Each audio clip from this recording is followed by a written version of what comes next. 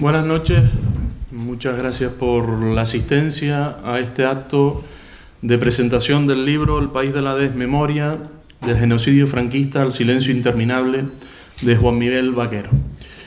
En primer lugar, como digo, muchas gracias a ustedes por asistir en un día, en una jornada, en una semana que ustedes saben que es un poquito especial para todos los canarios, que son estas fiestas de carnaval y que a veces nos complican actos de este tipo. Así que les agradecemos el esfuerzo y el interés por estar hoy presentes. Agradecemos igualmente a la editorial La Roca Editorial que haya tenido el interés y haya querido presentar este libro hoy aquí en Tenerife. A la librería Agapea, que también forma parte y en buena medida también es responsable de este acto, que como ustedes han visto a la entrada de la sala, pues tienen la posibilidad de adquirir el libro. Al Instituto de Estudios Canarios, porque una vez más vuelve a cedernos sus instalaciones para poder desarrollar un acto de este tipo, poder presentar este libro y poder llevar a cabo un acto que, como digo, plantea la vía de presentar un libro, pero también de establecer un diálogo con el público asistente. Y también a los compañeros del Empaquetado Televisión que hoy graban este acto, como ha venido sucediendo en algunos de los que hemos organizado, y que posteriormente nos permitirá disponer, tanto para quienes hemos visitado, para quienes hemos estado presentes, como para la gente que no ha podido venir, de este acto para que puedan disfrutarlo desde su perfil de YouTube y que se pueda visionar. Y sobre todo agradecerle a Juan Miguel Vaquero, al autor del libro, que quisiera participar, que quisiera estar hoy aquí en Tenerife para presentar la obra, e igualmente y sobre todo a una persona que vivió, que forma parte de todo aquello que sucedió en España a partir del año 36 y sobre todo que forma parte, al igual que todos nosotros, de esa España desmemoriada y sobre todo del sufrimiento y de ese desinterés que se ha ido generando muchas veces de manera intencionada en torno al pasado, a ese pasado reciente que nos afecta a todos, como digo. A Alejandro Torrealba, agradecerle su presencia y sobre todo el testimonio que tiene y la valentía que tiene para dejarnos ese testimonio y para estar presente hoy además y formar parte de manera central en la obra de Juan Miguel Vaquero. En mi caso le voy a presentar la obra de manera general porque entiendo que hoy los protagonistas son ellos dos, sobre todo Alejandro, que es un personaje histórico que tenemos la suerte de poder escuchar y creo que es lo más interesante de esta jornada. El libro que plantea, que ha escrito Juan Miguel Vaquero, que es periodista, que se ha especializado durante estos últimos años en trabajos sobre memoria histórica y derechos humanos, aborda de manera general qué sucedió en España a partir de la Guerra Civil y sobre todo cómo se ha abordado en estos años todos los temas que puedan ir relacionados con la represión franquista. Hablamos de cómo afectó esa represión a las mujeres, a los homosexuales, cómo afectó desde un punto de vista económico a aquellas personas que formaron parte de los batallones de trabajadores forzados, o incluso temas que en el caso nuestro de Canarias nos toca directamente y que en los últimos meses ha tenido notable repercusión, como ha sido el de los bebés robados y todo el movimiento que existe en las islas en torno a este tema. Aparte de eso, se habla de la cultura, se habla de los brigadistas internacionales, se habla en definitiva de muchos de los elementos centrales para entender cómo se desarrolló la Segunda República en España y sobre todo cómo vino marcada posteriormente la historia de España, la historia reciente, por el golpe de Estado y por la feroz represión que se desarrolla en todo el Estado español. Juan Miguel habla al inicio del libro de ese país de la desmemoria, de ese país y esa digamos, negligencia que hace que estemos mirando para otro lado, en lugar de afrontar digamos, el problema histórico que tiene este país. Y yo creo que no es solo con la memoria, sino que es también con la historia. Una de las cuestiones que vengo recalcando en muchas de nuestras intervenciones, en los trabajos que hemos ido participando, es que no solo se trata de recuperar la memoria, es que también hay que conocer la historia. Y conocer la historia implica, por ejemplo, poder desarrollar investigaciones históricas basadas en tanto fuentes orales, pero también en archivos. Juan Miguel lo trata en el libro. Las dificultades que existen o han existido para acceder a los archivos y consultar las fuentes históricas, o los procesos de eliminación, de depuración de esos archivos que han impedido o nos van a impedir conocer muchos de los aspectos que tienen que ver con la represión franquista. Hay una frase que me parecía muy destacada de la obra, que decía que el país que silencia la memoria mantiene la herida abierta. Una herida abierta que, tal y como se refleja en el libro, a lo largo de cada uno de los capítulos que lo conforman, nos lleva desde esas situaciones de silencio, de desconocimiento en torno a lo que supone la represión franquista, como a los informes que se desarrollan por parte de los relatores de las Naciones Unidas, y en los que se evidencia, se demuestran clarísimamente, y ustedes pueden acceder a ellos fácilmente a través de la red, donde se denuncia la situación de incumplimiento de los derechos humanos en España en torno a este tema, y la flagrante ausencia de implicación en muchos casos de las instituciones, ya sean estatales o incluso regionales, en abordar este tema. Aparte de eso, Juan Miguel trata en el libro otras cuestiones, trata y aborda aquello que va relacionado con la fortuna de Franco, aquello que va vinculado con, digamos, el enriquecimiento personal de la figura máxima de la dictadura, y que yo también ampliaría a otras figuras intermedias de la dictadura, y que se trata evidentemente de uno de los temas probablemente más espinosos y más complicados de tratar, y que va en relación con aquella incautación de bienes, en algunos casos esas donaciones forzadas que podrían llevar a acumular o haber enriquecido a muchas personas. Incluso en el libro se habla claramente de aquellas empresas que se benefician, por ejemplo, de lo que mencionaba antes, que era del trabajo forzado. Aquí, sin ir más lejos, y hay personas que en la sala recordarán a la figura de Ángel Fernández Tijera, de aquella persona que, procedente de Cantabria, formó parte del batallón de trabajadores forzados número 91, que estuvo desplazado en Tenerife, y que fueron ellos los encargados de hacer esa carretera que tenemos de Arafo, Vilaflor al Teide, ¿no? Cómo se hizo con mano de obra esclava, y bueno, como digo, solo un ejemplo de algo que tenemos muy cercano. O cómo plantea Juan Miguel, como decía antes, esa situación del movimiento LGTBI, como lo entendemos hoy, y como ustedes recordarán, y como se nombra en el libro, la colonia penitenciaria de Tefía en Fuerteventura, y el papel que tiene para la segunda mitad del franquismo, que tendrá para aquello que se denominaba de vagos y maleantes, ¿no?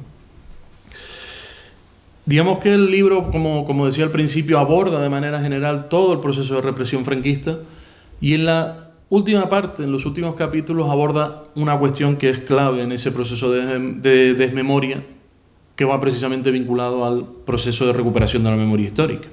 De cómo en estos últimos años, sobre todo de la aprobación de la ley de la memoria histórica, se viene hablando públicamente, se ha intensificado muchísimo en esta última década todo lo que viene vinculado, relacionado con la memoria histórica, pero también con todo aquello que, digamos, tiene sus orígenes, que no es otro que en el testimonio, en las vivencias, en el sufrimiento de la familia. Cómo eso va vinculado con aquellas primeras búsquedas, aquellos primeros trabajos en León, en torno a los familiares de Emilio Silva, luego presidente de la Asociación para la Recuperación de la Memoria Histórica, y que, como digo, y sobre todo me parece que es lo importante, no es una cuestión institucional, una cuestión social. Es algo que se empezó a profundizar y que se empezó a reivindicar desde abajo. Mientras había mucho silencio desde arriba, fueron las familias, los nietos, quienes tomaron la voz, no fueron los partidos políticos. Creo que en algunas ocasiones hemos incluso hablado y hemos tratado la ocasión de cómo algunos compañeros investigadores en estas islas, cuando querían publicar algún libro sobre la guerra civil, hablamos de los años 90, había editoriales que no querían. Sin embargo, cómo ese trabajo de la familia fue lo que, digamos, el motor por el cual se empezó a desarrollar y tuvo el impacto que ha tenido ese proceso de memoria histórica y que luego se ha asumido en algunos casos por algunos partidos políticos. Todos sabemos en fechas recientes lo que ha venido sucediendo y cómo desde la llegada de un partido conservador se entiende que se debe dejar de financiar la ley de la memoria, incluso, como se planteaba en el libro, se había dicho que había que derogar la ley, ¿no? Ha sido más fácil. No hacía falta derogarla, simplemente con no dotarla de presupuesto y boicotear cualquier iniciativa en este sentido era mucho más fácil. Lo vimos en su momento con la entrada del Partido Popular, como digo, cuando una de las primeras medidas que se hace es eliminar aquella web que servía, que canalizaba muchos de los trabajos, de los proyectos, que podía servir de vínculo con la familia, ¿no? Todo eso se trata en el libro, se trata evidentemente, como ustedes pueden comprobar en la cubierta de la obra, se hace mención a la iniciativa que tuvo, como el juez Baltasar Garzón tomó la iniciativa de asumir la causa en torno a este fenómeno de la represión y cómo luego ha tenido un impacto no solo en España, sino, como ya saben, además en Argentina, y cómo todo ello, digamos, vincula también a cómo ha tenido que buscarse una vía alternativa cuando dentro de España ha sido imposible, o sea, ha puesto, digamos, todos los impedimentos posibles para llevar a cabo una investigación seria a nivel judicial, ya no solo histórico, sobre lo que sucedió en este momento. Como les decía al principio, mi intervención iba a ser muy breve, he tratado de resumirlo de una manera, digamos, muy general. Se trata de un libro que, como digo, tiene una intención muy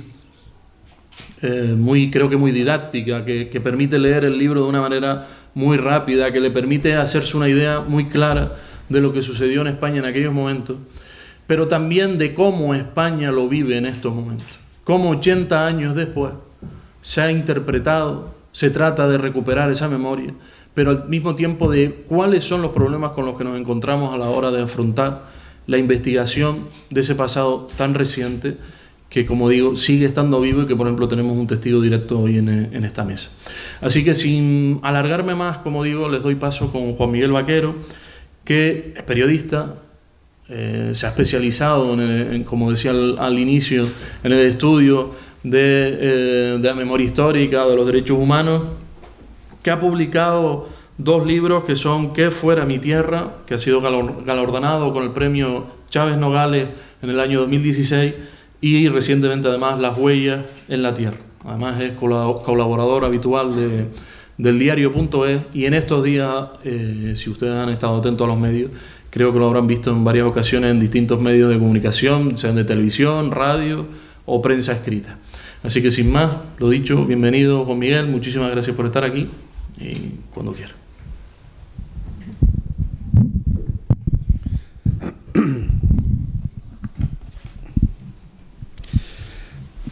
Muy buenas tardes. Muchísimas gracias a todos por estar aquí. Casi viéndola, como tú decías, ahora al principio, las fechas en las que estamos, casi me da pena irme el sábado a mediodía. Creo que tenía que haberme quedado un poquito más, pero bueno, seguro que vendré más veces porque siempre me he sentido muy bien en esta tierra y además me ha regalado muchas cosas las veces que he venido aquí. Muchísimas gracias, como digo, a todos por estar aquí, al Instituto de Estudios Canarios por acogernos aquí en esta casa, a Aarón por la presentación y por acompañarnos en este día. Ha sido un placer, ya me habían hablado muy bien de ti y creo que era una buena referencia. También, por supuesto, a Agapea y a sus responsables por el buen trabajo que hacen. Y bueno, yo siempre tengo que dar las gracias, por supuesto, a Roca Editorial y a Penguin, que nos hace la distribución y la promoción, por haber confiado en este trabajo. como siempre digo también, por supuesto, a mi familia y empezando por mi hijo, que es el que ha estado ahí tantos días al lado, al juez Baltasar Garzón, que es el que ha hecho el prólogo del libro, que cuando me dijeron en la editorial que quién quería que hiciera el prólogo de este libro, yo les dije, si me estáis dando a elegir a alguien, yo el primero que elegiría sería él, sería Baltasar Garzón. Y un poco para mi sorpresa, pues me decía él el otro día, Garzón, me decía el otro día en Madrid, me decía que accedió rápidamente. Me decía él, dice, tampoco te costó mucho trabajo.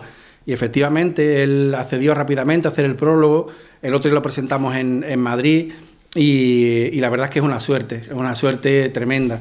Y tengo que dar las gracias también, especialmente a mi primo, Antonio, que está aquí con nosotros, porque los azares de la vida a veces nos llevan a situaciones que nos encontramos en el camino y a través de él, pues él me puso en mi camino a mi amigo Alejandro, que es pues protagonista de este libro, protagonista de la historia de este país, y es memoria viva de este país. Además de no solo de uno de los episodios más graves de los ocurridos en las páginas recientes de la historia de este país, sino también de la lucha antifascista, que hoy en día también podemos decir que está tan vigente. Yo no me quiero alargar tampoco mucho en mi intervención, voy a comentar un poco por encima qué cuento en el libro, por qué lo cuento, cómo he llegado hasta aquí, y lo que sí quiero es que después, Alejandro nos va a contar de su afortunada memoria, nos va a contar cosas de las que él sigue reteniendo de una forma tan clara, y después también me gustaría pues que estableciéramos un diálogo y que preguntarais lo que quisierais, que eso al final es lo más enriquecedor. Veréis, ¿por qué escribo este libro? ¿Por qué escribo El país de la desmemoria?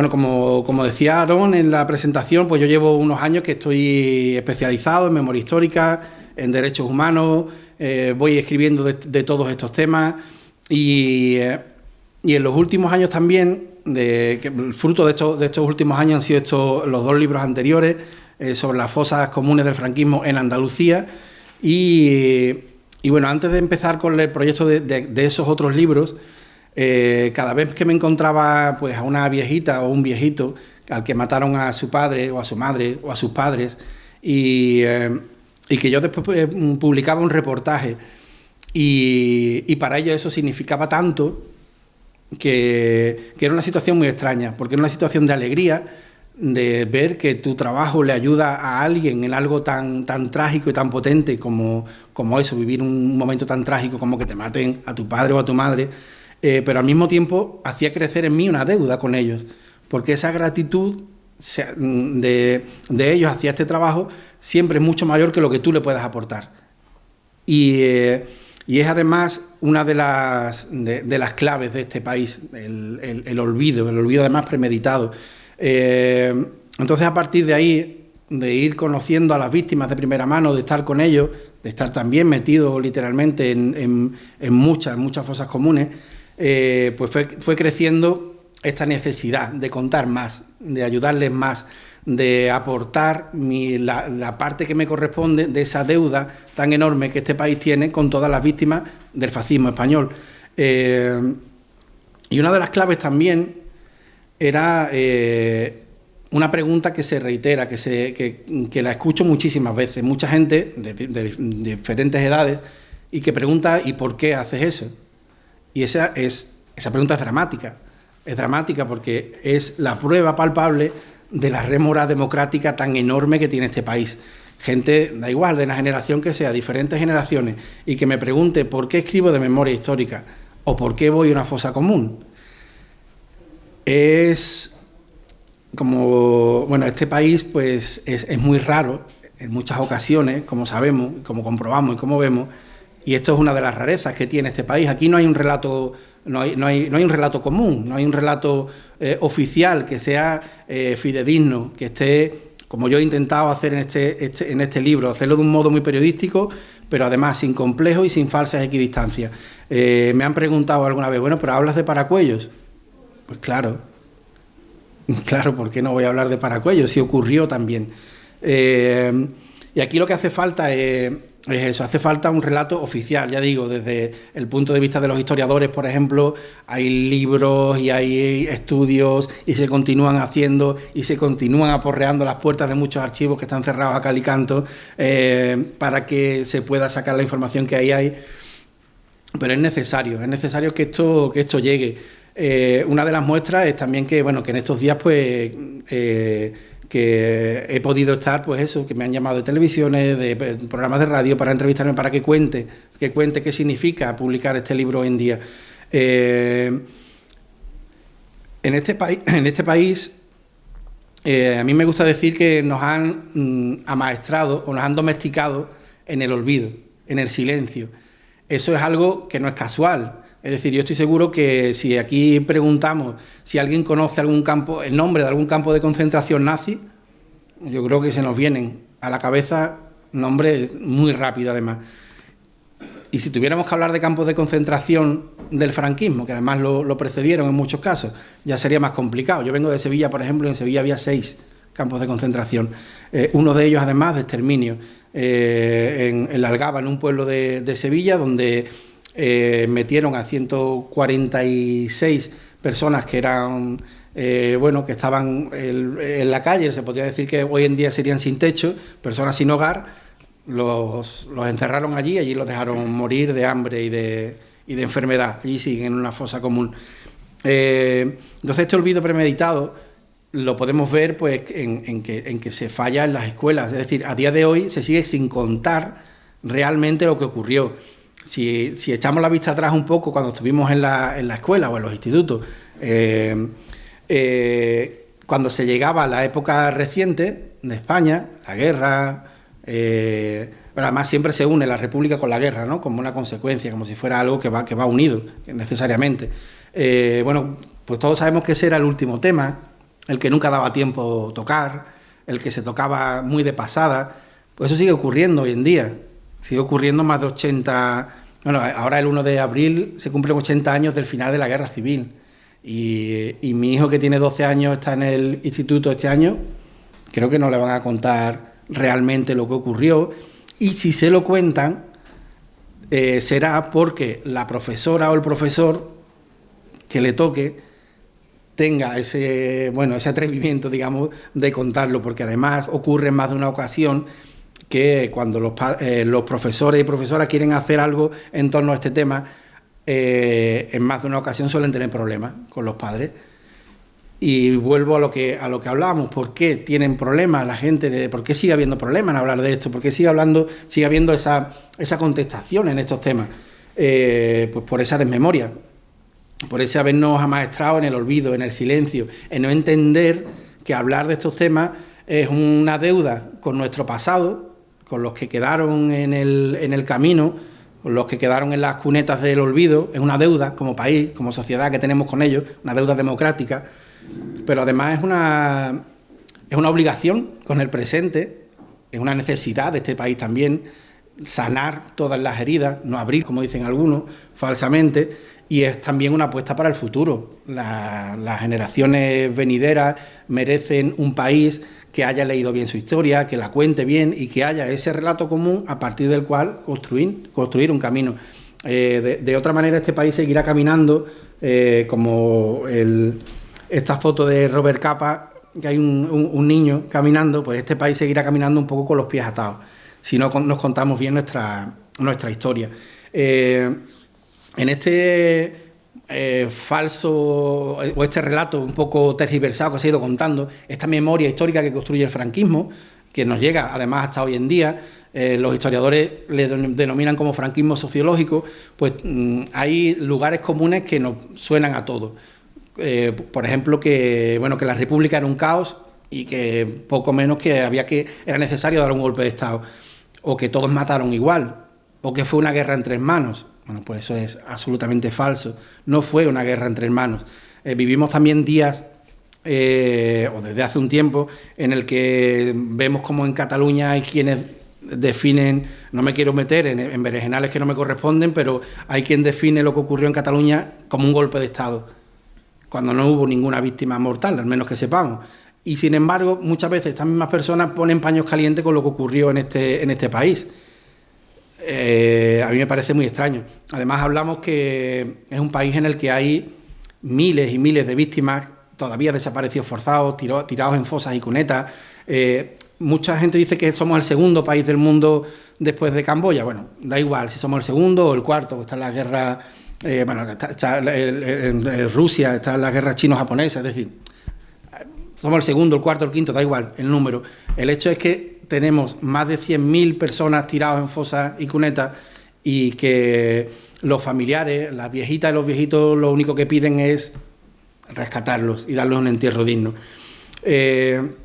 Cuando alguien se opone a esto, que esto sería la médula espinal de todo esto que se denomina memoria histórica, cuando alguien se opone, pues solo hay dos opciones. O bien que lo haga por ignorancia, porque desconoce que estos son derechos humanos, que como reclama Naciones Unidas a España, hay que dar verdad, justicia, reparación como garantía de no repetición.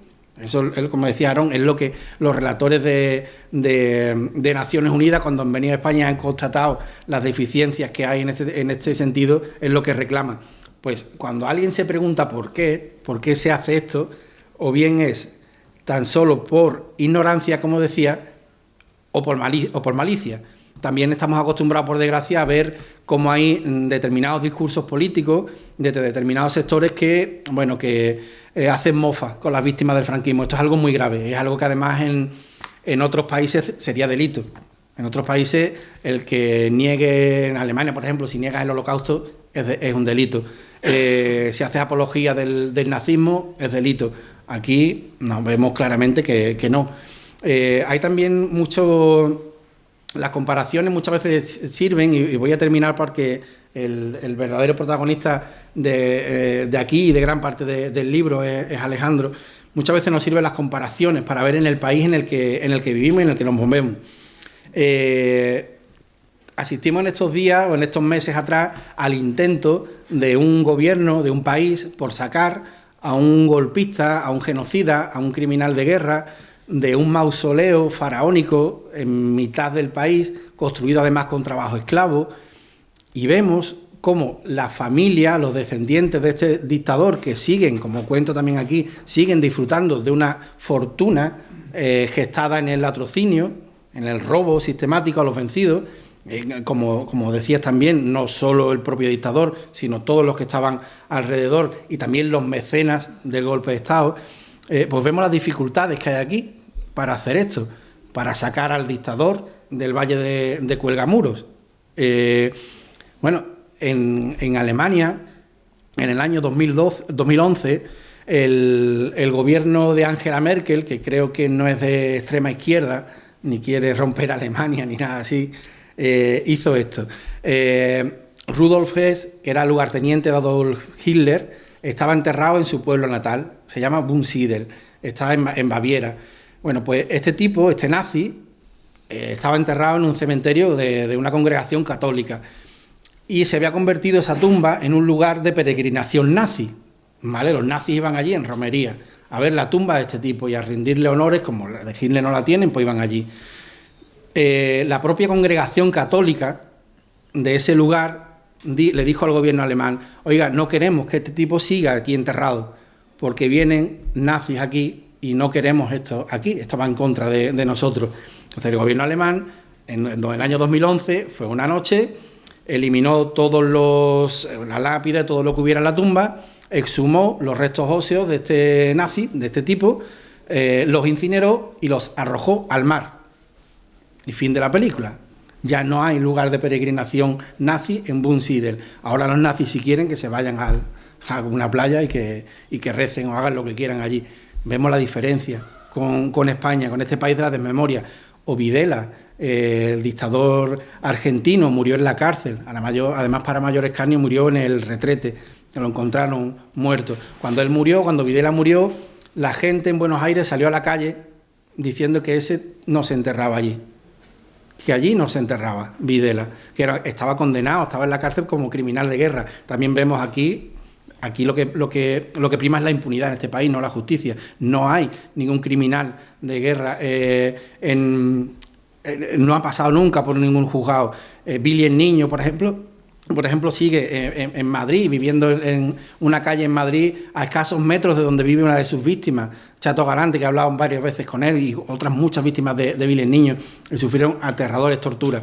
Bueno, pues Videla, cuando murió, como digo, la gente salió a la calle y dijo que allí no se enterraba, lo intentaron en varios cementerios, no podían, y el diario Clarín consiguió la exclusiva, descubrió que estaba enterrado en una tumba anónima, en un cementerio privado a las afueras de Buenos Aires, no habían podido enterrarlo en ningún sitio, y además la sepultura era de un antiguo militar que había sido condecorado por Videla, y la lápida que hay en la tumba, la única inscripción que pone es Familia Olmos, es decir, ni siquiera está identificado. Aquí pues vemos la diferencia, el Valle de los Caídos para ellos, el Valle de Cuelgamuros, donde está este genocida ahí enterrado, junto al líder de la Falange, Primo de Rivera, que también está allí, junto a 30 y tantas mil víctimas de la guerra civil, todas son víctimas, más de 20.000 son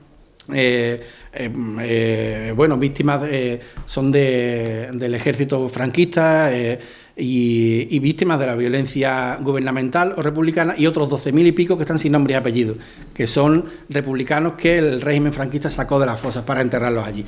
Entonces, todo esto nos lleva a este país de la desmemoria, que yo he intentado desgranar en 12 capítulos, partiendo de ese genocidio fundacional, del franquismo, a la participación de las brigadas internacionales, aquí ocurre algo inédito hasta el momento y que posiblemente después nunca haya ocurrido, como miles de personas, los brigadistas internacionales, que tú, Alejandro, también los viste, cómo vinieron a España jóvenes, mujeres y hombres que se alistaron, vinieron como voluntarios a ofrecer su vida por la democracia, por las libertades, porque preveían que efectivamente lo que estaba ocurriendo en España era el inicio de lo que vendría, el auge de los fascismos, el auge del nazismo que desembocó en la Segunda Guerra Mundial.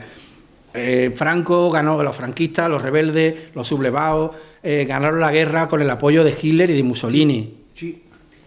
Y Alejandro lo vio de primera mano. Yo soy protagonista. Ahora nos lo va a contar, porque él vivió todo eso de primera mano.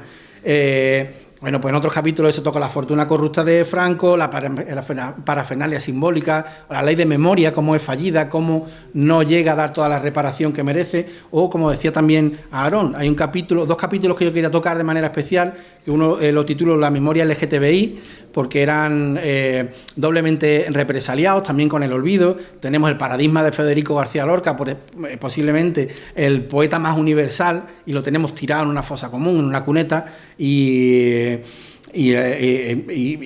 cómo hubo miles de personas que aquí, encarcelados aquí o en otro sitio, en la cárcel de Huelva, cómo eran encarcelados en el tardo franquismo simplemente por amar a alguien de su mismo sexo. Y los detenían, los metían en la cárcel. Y otro capítulo que quería hacer y que era, yo creo que muy importante, además estamos en el preámbulo del día 8 de marzo, era un capítulo que titulo Mujer, del feminismo a la represión. Era también muy importante porque las mujeres fueron doblemente represaliadas, por un lado por el hecho de ser mujer, y por el otro también fueron sometidas pues, a ese olvido. La República intentó algo que fue, hacer a las mujeres como sujetos sociales iguales al hombre, que en su momento eso era algo muy revolucionario, si se quiere denominar así. Y aquel feminismo naciente, aquella emancipación de la mujer, cambió de la noche a la mañana de nuevo por el sometimiento machista, el patriarcado nacional católico, que duró 40 años de dictadura, de ese sumisa y devota, que era el que quería el franquismo. Entonces yo creía que también era necesario contar todo esto. Como decía antes, aquí no hay una guerra entre hermanos, hay un golpe de Estado que fracasa y los fascistas lo que hacen es provocar la guerra civil. En el 32 dieron también otro golpe de Estado, la Sanjurjada, y se retiraron, replegaron velas y ya. aquí continuaron. Sabían que la única posibilidad de triunfar era someter a este país a una cruenta guerra civil, a una guerra de exterminio, y que era la única salida.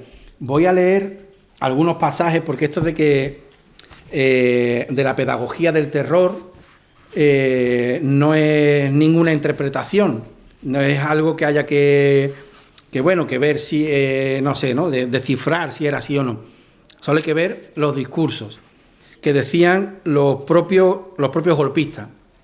Emilio Mola, que era el director del golpe de Estado, no era Franco, dice el 19 de julio en Pamplona, 19 de julio, 2 días después de que comience el golpe de Estado: se tendrá en cuenta que la acción ha de ser en extremo violenta, para reducir lo antes posible al enemigo, que es fuerte y bien organizado.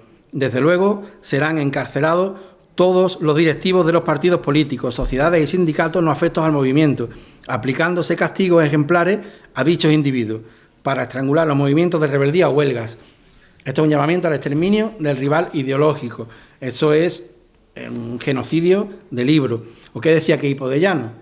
En Andalucía, de donde yo vengo, hay posiblemente un tercio de la represión a población civil está allí. El mapa de fosas andaluz tiene registrado 45.566 personas con nombres y apellidos secuestradas, detenidas ilegalmente, ejecutadas y tiradas en 708 fosas comunes. Hay que recordar que son población civil, no en contexto de guerra, por lo tanto son crímenes contra la humanidad. ¿Qué decía Queipo de Llano en Sevilla? Que tenían todas las noches en Radio Sevilla, hacía una locución propagandística, que decía, además de alentar al asesinato de los rojos, decía: nuestros valientes legionarios irregulares han demostrado a los rojos cobardes lo que significa ser hombres de verdad, y a la vez a sus mujeres. Esto es totalmente justificado porque estas comunistas y anarquistas predican el amor libre.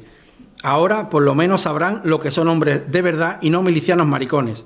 No se van a librar por mucho que berreen y pataleen.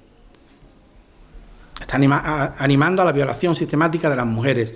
Y pues las mujeres sufrían una represión especial. Muchas eran por ser mujer de... Hay que entender, en los años 30, pues que la mayoría de las personas, por ejemplo, que están en fosas comunes, el 85-90% son hombres, pero es algo que es normal, digamos, dado la época, porque eran los hombres quienes estaban al frente, ¿no? O quienes estaban en sindicatos, partidos políticos. La mujer seguía estando muy influida además por la Iglesia. A las mujeres, pues como se conoce, pues se les rapaba, se les daba aceite de ricino, escarnio público, sufrían violencia física y, por supuesto, por violación, y en muchos casos también la muerte. Entonces, ellos, los golpistas, los fascistas, sabían que tenían que infundir esta estrategia de terror. Era la única forma, como decía Mola, de acabar con ese adversario que era bien organizado. Decía, ¿quién era ese adversario bien organizado? El terror, para que el terror al pueblo. Era el terror al pueblo. Exactamente, porque ese adversario bien organizado era el pueblo. La gente no quería el fascismo, la gente en febrero del 36 votó a las izquierdas, después de que la mitad de la etapa republicana estuvo gobernando a la derecha, por ejemplo. Es decir, que era una etapa absolutamente democrática. Y el mayor crimen de guerra del franquismo es el que se le conoce como la desbandad. Y la desbandad la vivió en persona nuestro amigo Alejandro Torrealba Crepian, que yo tengo la suerte de haber conocido hace ya tiempo y que es uno de los protagonistas de este libro. Yo, desde que lo conocí, a mí me impactó la historia, como la cuenta, y la memoria privilegiada que tiene, y además yo voy a contar casi algo muy personal, pero yo creo que en el día que estamos, que es tan especial, yo me vine a Lanzarote a empezar a escribir este libro. Soy amigo de Pilar del Río, me gusta ir allí a casa de José Saramago, y para mí Lanzarote es una especie de retiro. Entonces, cuando yo ya no podía más de trabajo, de estrés, y tenía que empezar a escribir, Este libro no está completo. Tenemos que ir por la segunda parte. Porque me vi con montones de chicos y mujeres y tal, en el campo a comer bellota de esta amarga, quitándosela a los cerdos que andaban por allí. Ahí no está puesto. En la segunda parte. En la segunda parte de que tendremos que hacer, ahí lo contaremos. Pues cuando me vine, mi primo me había hablado de Alejandro, que lo tenía que conocer, habíamos hablado por teléfono, entonces me vine aquí, yo tenía claro que tenía que contar su historia, pero cuando lo conocí en persona, cuando hablamos, me impactó tanto que cuando me fui de regreso de nuevo a Lanzarote para empezarlo, ya tuve claro que tenía que arrancar con él y que él tenía que ser uno de los protagonistas del libro. De hecho, arranco con... Bueno, el juez Garzón habla de ti en el libro y no sé si quieres que cuente las fotos de portadas de Robert Capa. Esto también es uno de los regalos que he tenido, porque Alejandro vivió la desbandada y tú sabes quién es Robert Capa, que hizo esta foto. Sí. ¿Y por qué en este libro, en esta foto, hay un niño con una manta? Yo. ¿Quién era ese niño con una manta y por qué ibas tú? Yo ¿Y dónde? iba. Y lo que me cayó en la cabeza. Cuenta. Resulta que yo vivía en Algeciras y mi padre murió y un tío mío de Ronda me llevó con él. Ese tío, cuando saltó el movimiento, con toda la familia, incluido yo, pasamos caminando de Ronda a Málaga. Y allí estuvimos por donde partieron la presa, hombre. Sí, en el río donde murió tanta gente, Sí. Guadalfeo. Y cuando Guadalfeo, llegamos a creo que- Málaga, estuvimos cerca del aeropuerto y entraron las tropas de Franco y pasamos de Málaga a Almería caminando una semana. Caminando, comiendo caña de azúcar, nos bombardeaban los alemanes, los barcos de guerra, la costa, no había tropas por allí, hasta Almería. Hubo, por lo menos, yo veía montones de personas muertas, porque se metían debajo de los puentes, creyendo que estaba protegido por la aviación, y los barcos desde la costa disparaban a partir el puente y mataban a todos los que estaban allí. Montones, montones. Una vez estaba yo con una mantita y vino la aviación y empezó a bombardear y yo me metí en una cuneta, según me decía un tío mío, que hiciera eso. Y me dio un golpe en la espalda grande y cuando ya pasó todo me levanto y me vieron ensangrentado. Era la cabeza de una criatura, no una niña, que partió, pues allí cayó una bomba cerca y la cabeza me dio la espalda, me estuvieron quitando sangre y tal. O sea, pasamos horrores. Yo ya veía los cadáveres y no me asustaban. ¿Y qué edad tenía tú? 10 años. Ya estábamos acostumbrados a ver cadáveres y no... Yo sé, y he leído después, que los combates de la Segunda Guerra Mundial y la Guerra Civil y tal, veía los cadáveres ya no le decían, ya no impactaba. A mí ya no me impactaba. Y pasamos hasta Málaga, pasamos mucho, de Ronda a Málaga. Y de Málaga a Almería una semana caminando, con 10 años. Los bombardeos de los aviones, los barcos de guerra, los puentes, la matanza, personas que ya no querían seguir caminando. Y le decía a la familia, váyanse, déjame aquí y tal. Que se dejaban ya abandonar. Sí, ya, y... no, pero no lo dejaban. Les voy a contar cómo... ¿Qué es eso de la desbandada? En Andalucía, ¿vale? O sea, en la parte occidental de Andalucía, Sevilla, Huelva y Cádiz, ese triángulo fue muy importante para la victoria rebelde, para la victoria fascista. Y además cae en los primeros días y sin que haya guerra, salvo algunos conatos de resistencia, como en la cuenca minera, por ejemplo, y algunos más.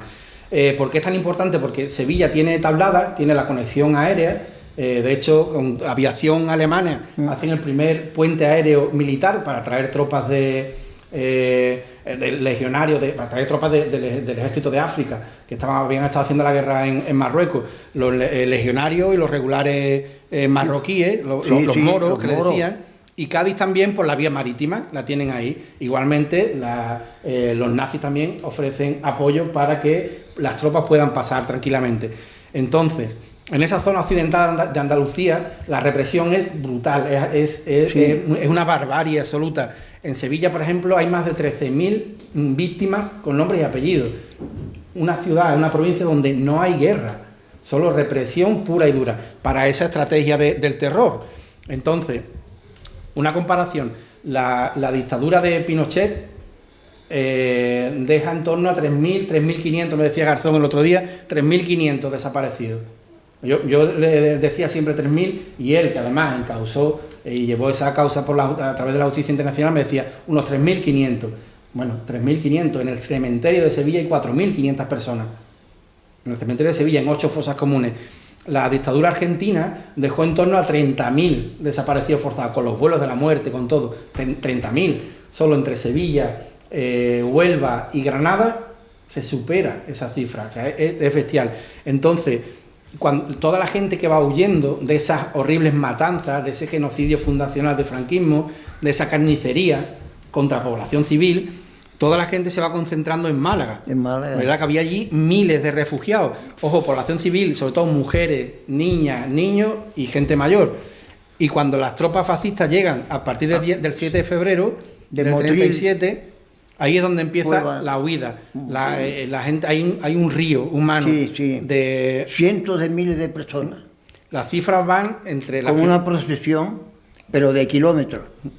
Las primeras investigaciones hablaban de 150.000 refugiados que huyen, uno de los posiblemente de los mayores éxodos de la Europa contemporánea.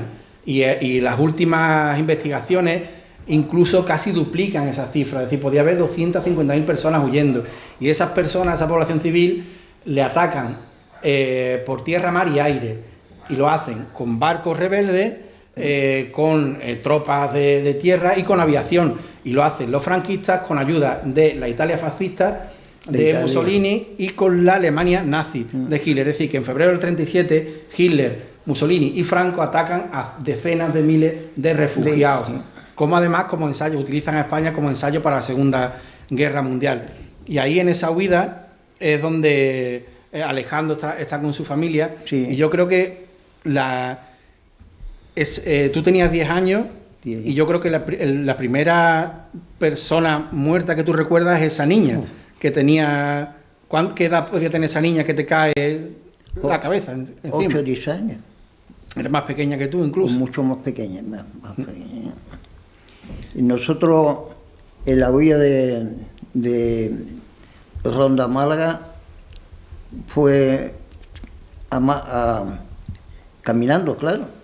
De Málaga nos destrozaron, porque íbamos en caravana de cientos de kilómetros. No, 50 kilómetros. Y allí bombardeaban a lo que saliera. Montones de personas muertas en las cunetas. Y a mí me decía un tío mío, tú te coges, cuando venga la aviación te pone la mantita y tal. Cuando me dio la cabeza de la chica aquella en las cuerdas. Y aquello fue una salvajada.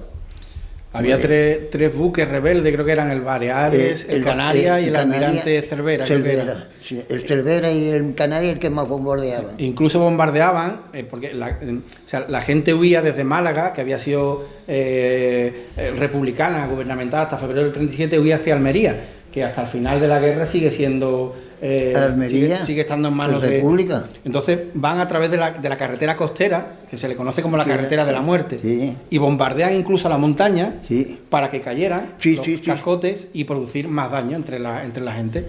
Y yo me acuerdo en un barco alemán que nos bombardearon en Almería. Se pegó a la costa y empezó a cañonazo contra Almería. Y entonces el gobierno republicano nos cogieron y nos llevaron a Murcia. De Murcia a Alcantarilla. Y en Alcantarilla había un pueblecito que no se me olvida nunca, Jabalí Nuevo, donde caí con una familia maravillosa.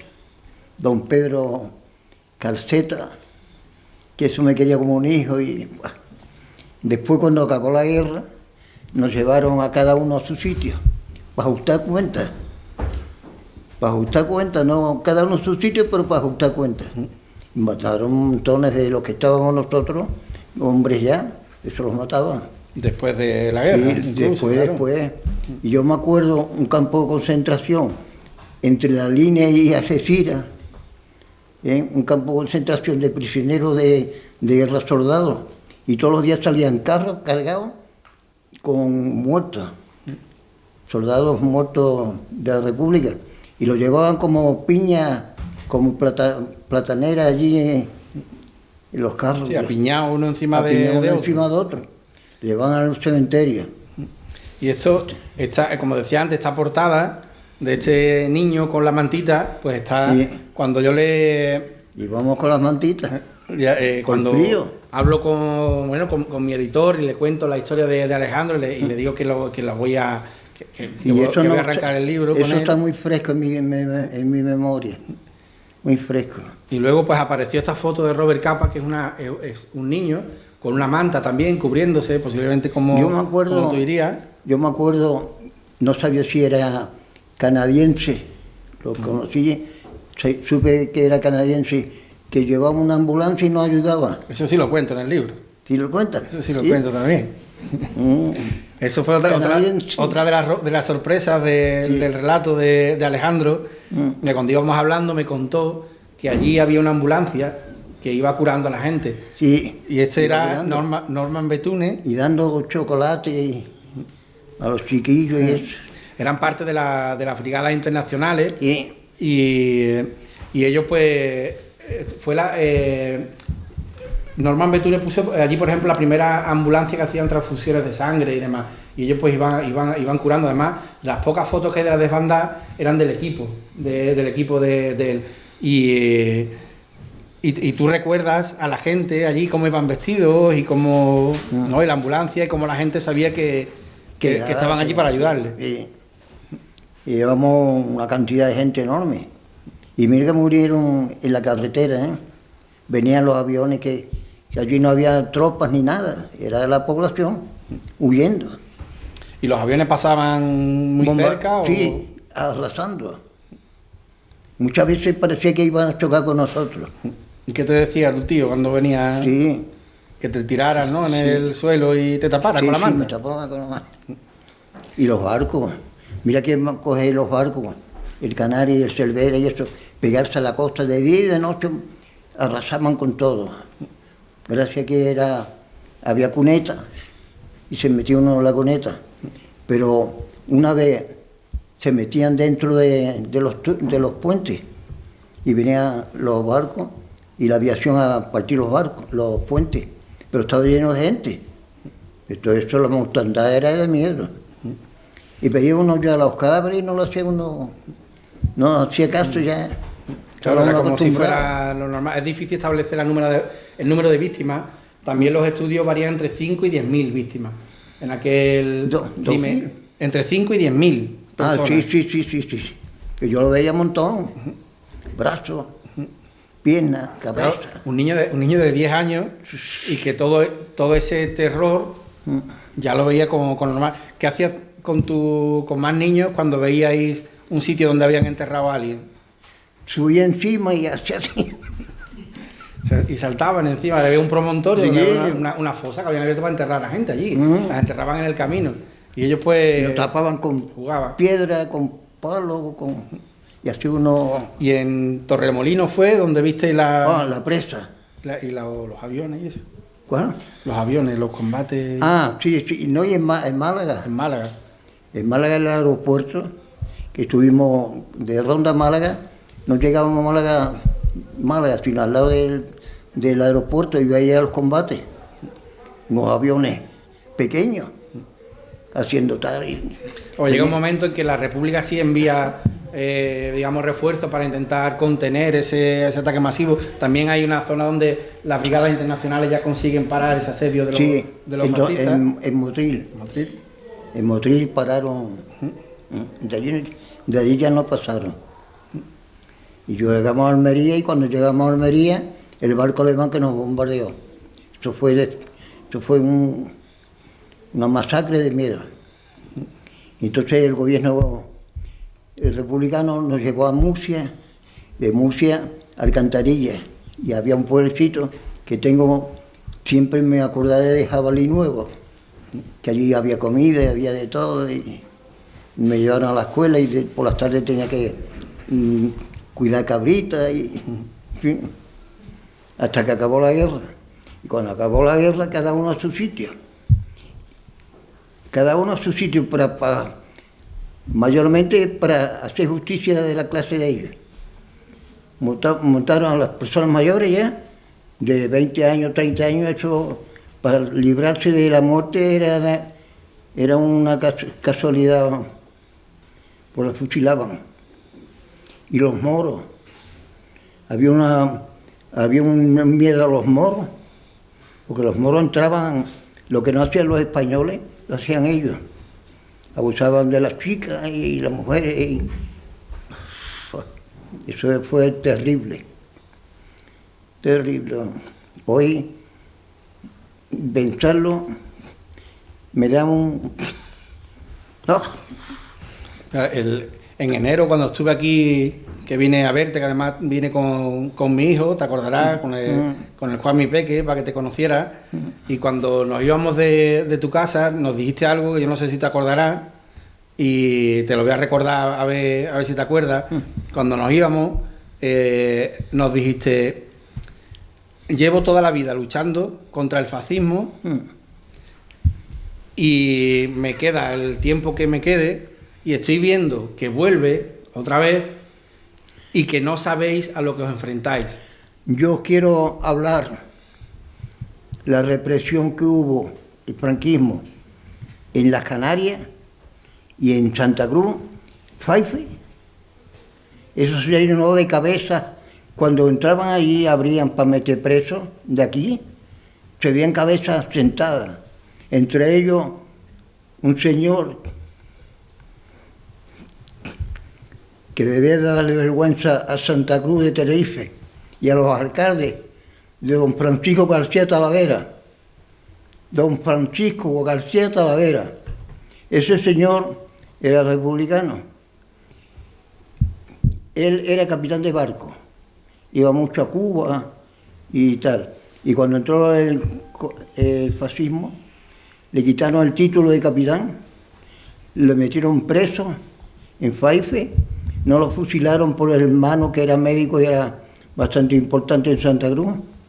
Y no hay ni un rinconcito de calle que no tenga a este señor, don Francisco García Talavera.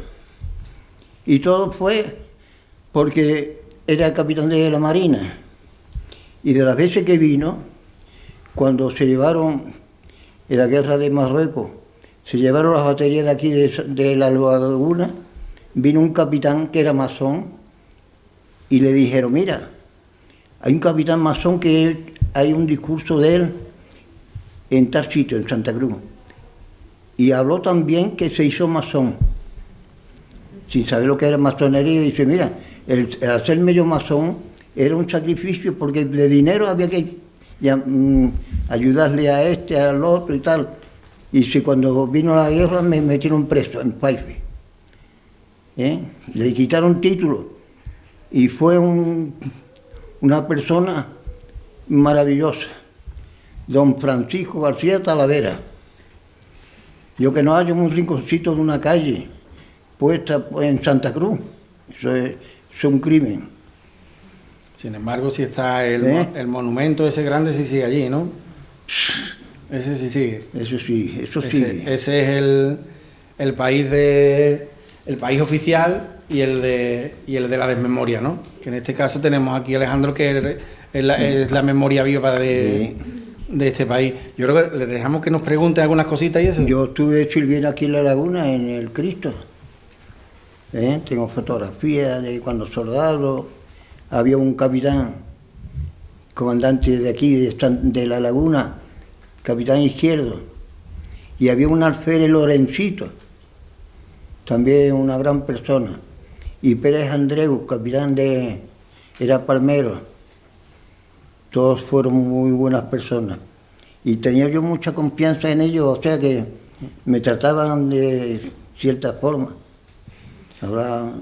Mira, voy a leer un trocito de lo que dice Garzón, el juez Garzón, y le dejamos que nos pregunten, Sí. ¿vale? Sí. Que nos pregunten lo que quiera y sé bueno con nosotros que, aunque la memoria la tenemos, vamos bien con la memoria. Lo dice Garzón. Me conmueve el niño que da inicio a este relato, Alejandro, al que dijeron que cuando los aviones bombardearan se tirase a la cuneta y tapara su cuerpecito con una manta. Como ese niño real, nuestra sociedad se ha cubierto durante todos estos años con una frágil colcha que al retirarse deja ver la cara fea de un régimen franquista que mató, hizo desaparecer, humilló, torturó y encarceló, que robó niños, que asoló con el terror para lograr la sumisión y no levantó la bota hasta bien entrada la década de los 70. Esto dice Garzón, entre otras muchas cosas, y bueno, pues yo si queréis pues podemos dar paso a que preguntéis lo que queráis, que para eso estamos aquí hoy y tenéis la suerte también de tener a Alejandro. Pues nada, hombre, yo pasé la huida de Málaga a Almería, que fue terrible, ¿eh? Nunca me olvidaré, nunca. Y fresco lo que me pasó, lo que nos pasó. Como Alemania e Italia se metían aquí a ayudar a Franco. Si no hubiera ganado la guerra, ¿no? Y además allí en la desbandada sabían que era población civil, o sea que ellos veían que vosotros erais personas, que no era un ejército. Sí, no, éramos... Y ahí no había tropas ni nada. Los aviones los veían, los barcos los veían. Sí. Y por la noche, ¿cómo eran las noches? Las noches, papá, mamá, porque cuando venían bombardeos y eso no íbamos para aquí y después para reunirnos la familia, eso era espantoso. Y los niños, los gritos de los niños, la niña perdida. Llamando a papá, mamá, y entre ellos yo. Oh, eso es increíble que pasara, ¿eh? En una nación como España, que increíble. En fin, pero pasó. Y el recuerdo es grande. Entonces, Yo, por eso ya de la edad que tengo, pues soy de los pocos que viven 91 años ya. Alejandro, si ¿eh? me permite una pregunta. Sí. Una vez que suceden esos hechos, ¿cómo recuerda usted, cómo recordaba la familia esos hechos ya durante el franquismo, en momentos que no se podía hablar nada de lo que había sucedido durante la guerra civil?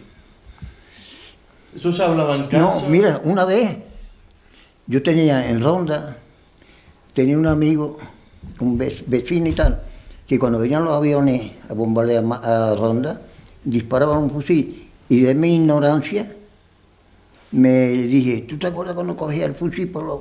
Oye, me cogieron, me taparon la boca, que no siguiera, y no me dejaron salir a la calle. No sé, que yo lo dijera y cogieran y fusilaran ahí. No se me ocurrió decir, ¿te acuerdas cuando... Muchachos, me encerraron en la casa y no me dejaron salir. Yo no sabía, pero después me enteré. Pues no sé qué fuera yo a decirlo, porque había muchos chivatos, ¿eh? Había gente que acusaban. Tú decías, este es rojo y tal, este es rojo. Y esto era un terror, ¿eh? No se podía hablar nada. Cuando su familia viene a Canarias, cuando su familia viene a Canarias, ustedes... No, yo vine a servir a la laguna, Ajá. al Cristo. ya vino él.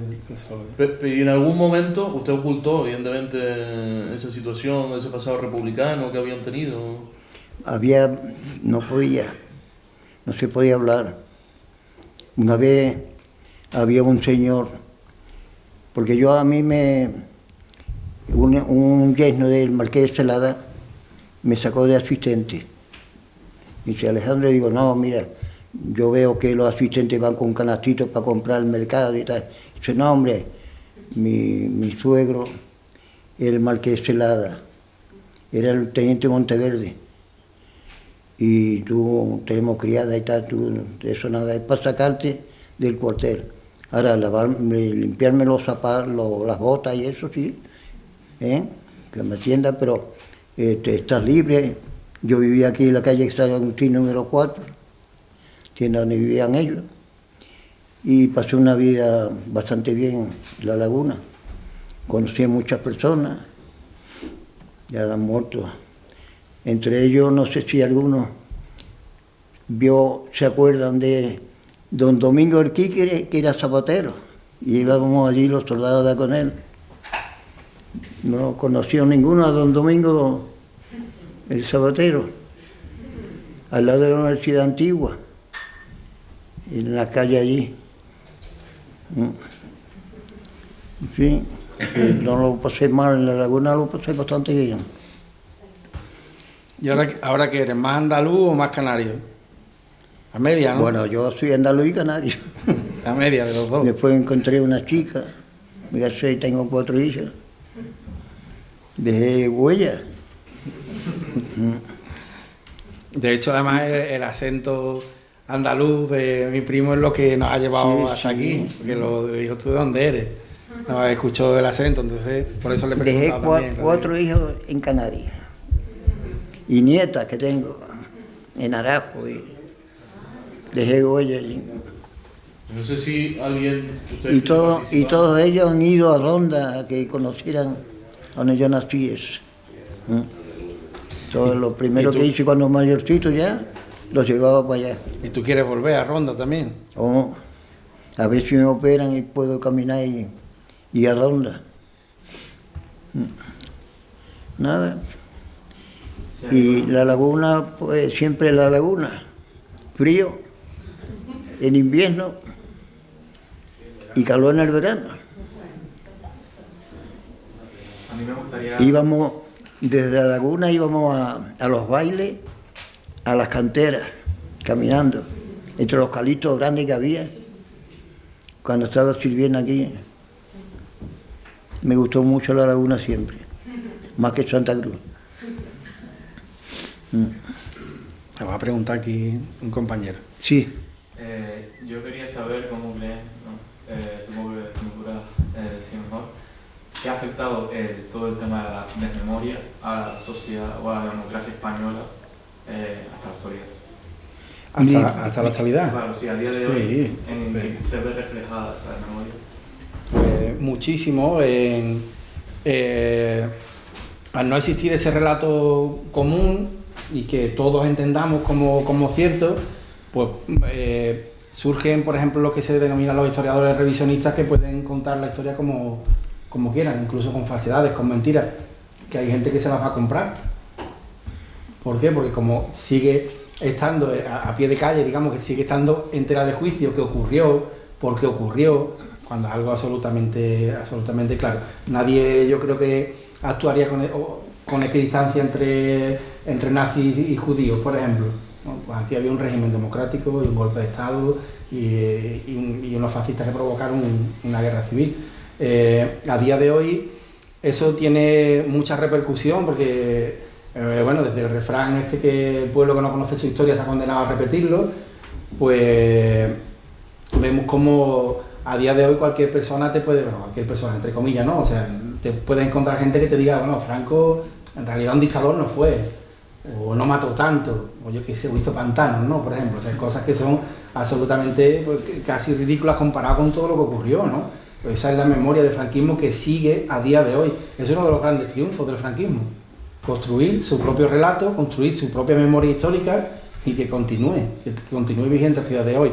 Y eso es muy peligroso, es preocupante, es grave, además en tiempos de mundialización del odio como los que vivimos, que tienen tienen conexiones, tienen similitudes con los años 30 del siglo pasado, cuando con los auges del fascismo y del nazismo del siglo pasado tienen ciertas conexiones con los actuales.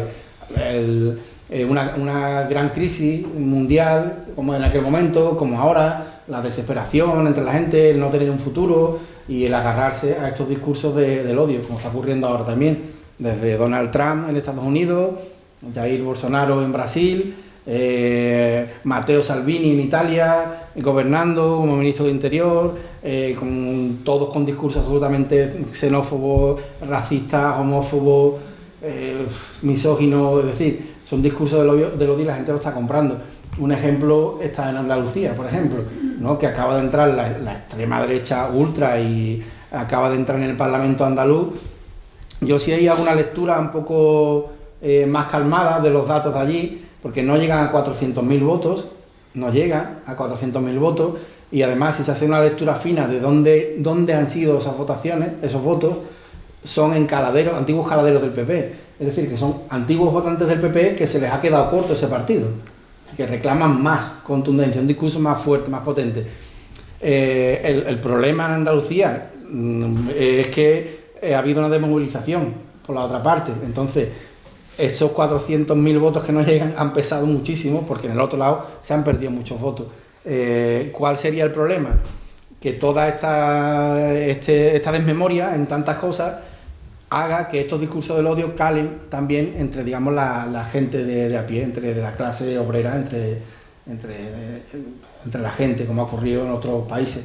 Entonces, pues sí hablaremos de un problema más grave. Yo el fin de semana que viene estoy en A Coruña hablando en un seminario precisamente sobre el que organiza la Universidad de La Coruña sobre medios de comunicación y auges de los fascismos y de la extrema derecha. Y bueno, una de las cosas que se va a debatir es eso, que Andalucía ha sido muy llamativo, pero porque hemos sido los primeros. Ahora llegarán los demás.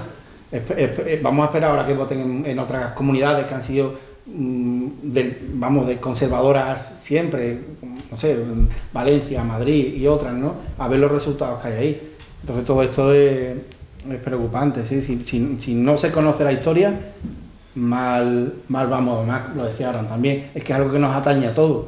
Es que aquí no estamos hablando del pasado, no estamos hablando de algo que hay que olvidar. No, el pasado no hay que olvidarlo porque no vuelva. No hay que olvidarlo tampoco, porque ha pasado. Y fue muy sufrido. Y hubo mucha hambre y hubo muchos crímenes. ¿Entiendes? Y por salvarse uno, acusaba a otro.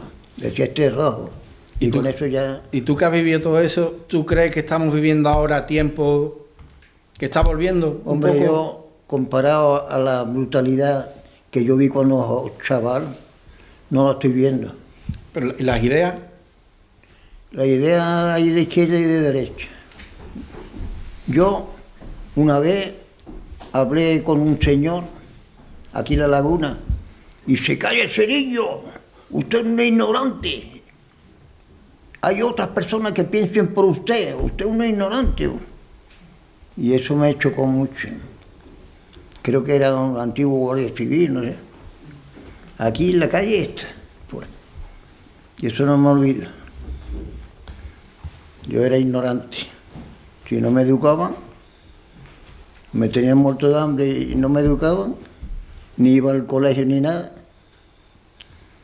El cara al sol y el padre del sol sí. Eso sí nos enseñaban.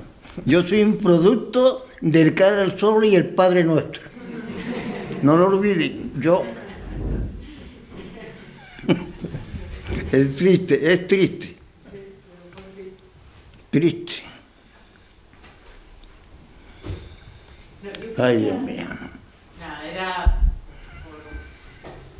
por sugerir que a mí me parece que la desmemoria tiene bastante, una de las razones por qué se ha producido, pienso yo, es por la forma como se hizo la transición. No hubo ruptura, un pacto. Y bueno, ahí está una de las razones, el franquismo, tantas cosas del franquismo pervivió durante toda esa etapa de la década de los 80, socialmente, y bueno, y políticamente no hubo una valentía. Lógicamente no se quiso hacer porque así fue el pacto de la transición. Sí. Y ahí está una razón.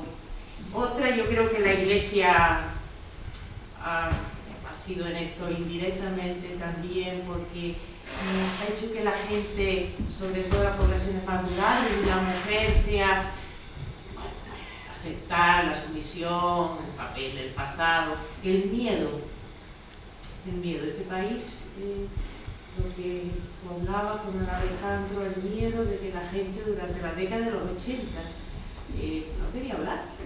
En los pueblos, los demás no querían todavía hablar ni contar el pasado.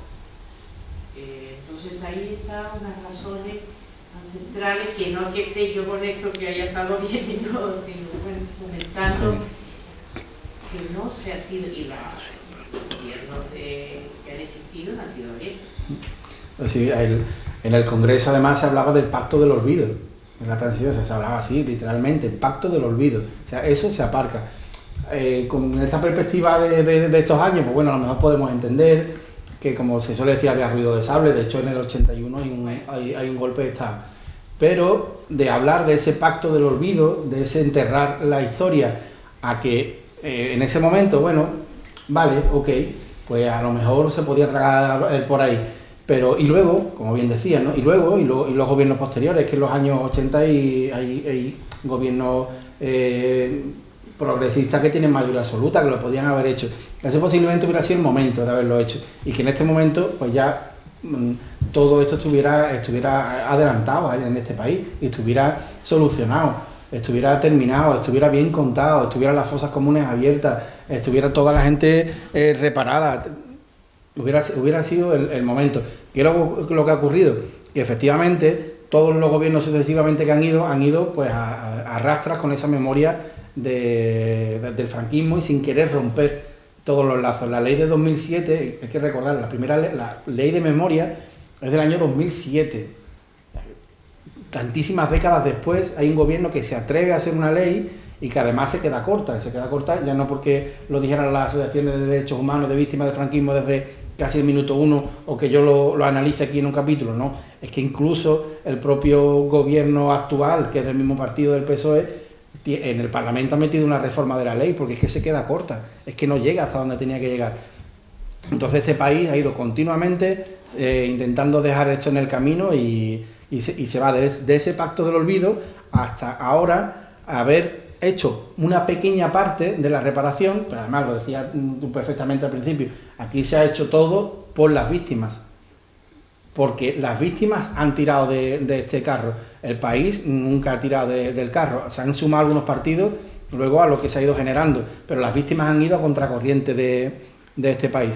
Y yo tengo una teoría, es que lo van a conseguir, las víctimas van a conseguir que esto se solucione, porque he conocido a muchas víctimas todavía por suerte de primera mano, y la fuerza que tiene en la lucha es además algo tan humano, tan profundo como luchar por tu memoria o por los tuyos, o por sacar a tu padre o a tu madre de una fosa, es algo tan potente que no se ha podido apagar durante 80 años, no se va a apagar ahora, porque lleguen gobiernos como el de Mariano Rajoy que dando 0 euros a la memoria ya quería acabar con eso, no van a acabar con las víctimas de esa manera.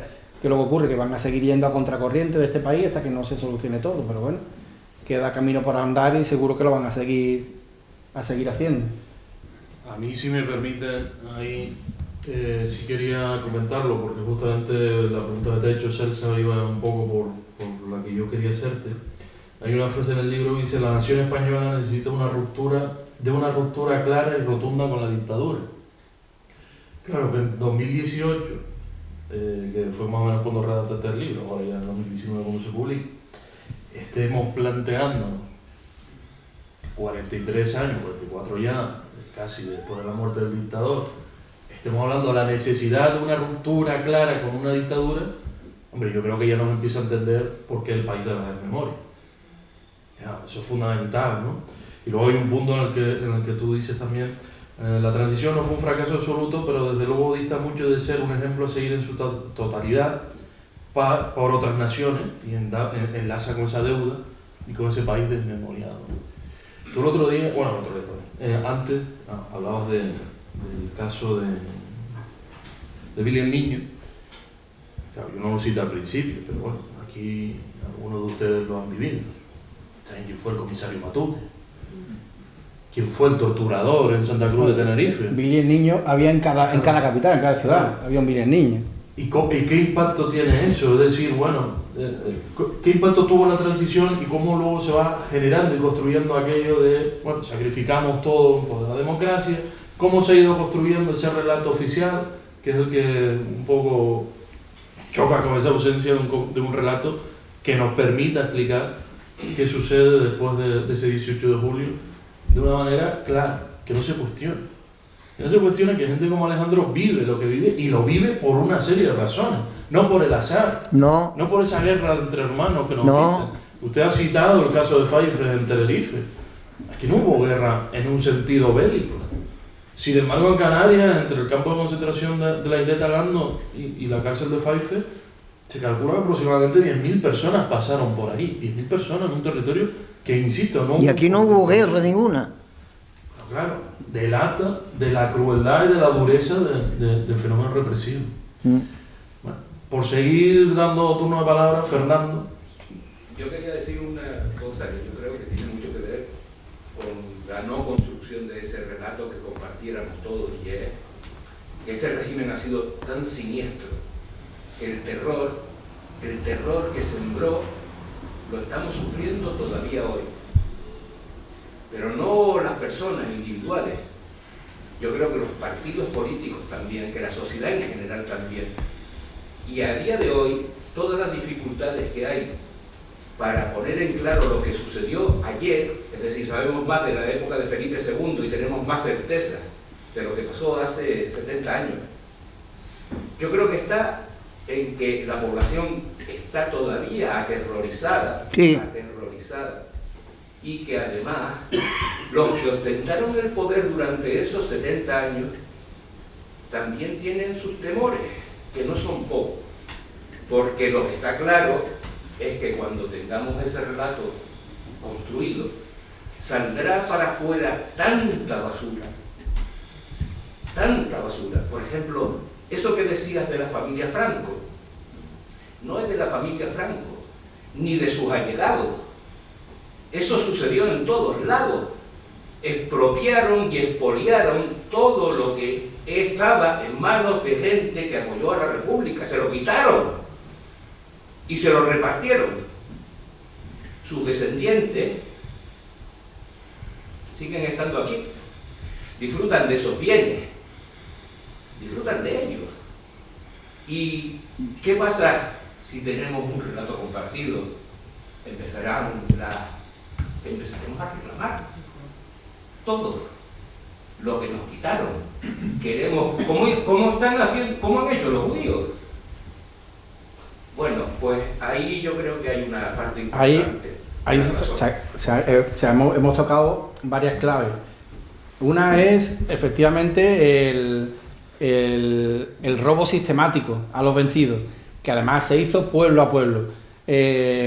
Lo contaba Alejandro también, cómo en los pueblos, sobre todo si había resistencia, los primeros que dejaban entrar después eran a los moros. Sí, los dejaban entrar, que hicieran ellos lo que no querían hacerlo o no podían. Moralmente era uno contra otro, éramos hermanos, prometían los moros.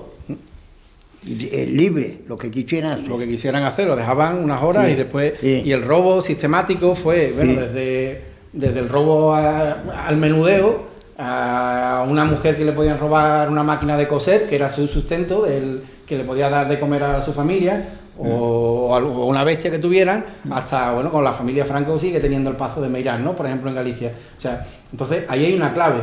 ¿Qué es lo que ocurre? Que si se abre ese melón, ¿cuántas familias no pueden reclamar? Entonces, por eso esa es una de las grandes claves de que este país sigan tanto sin querer tocar esto, es eso.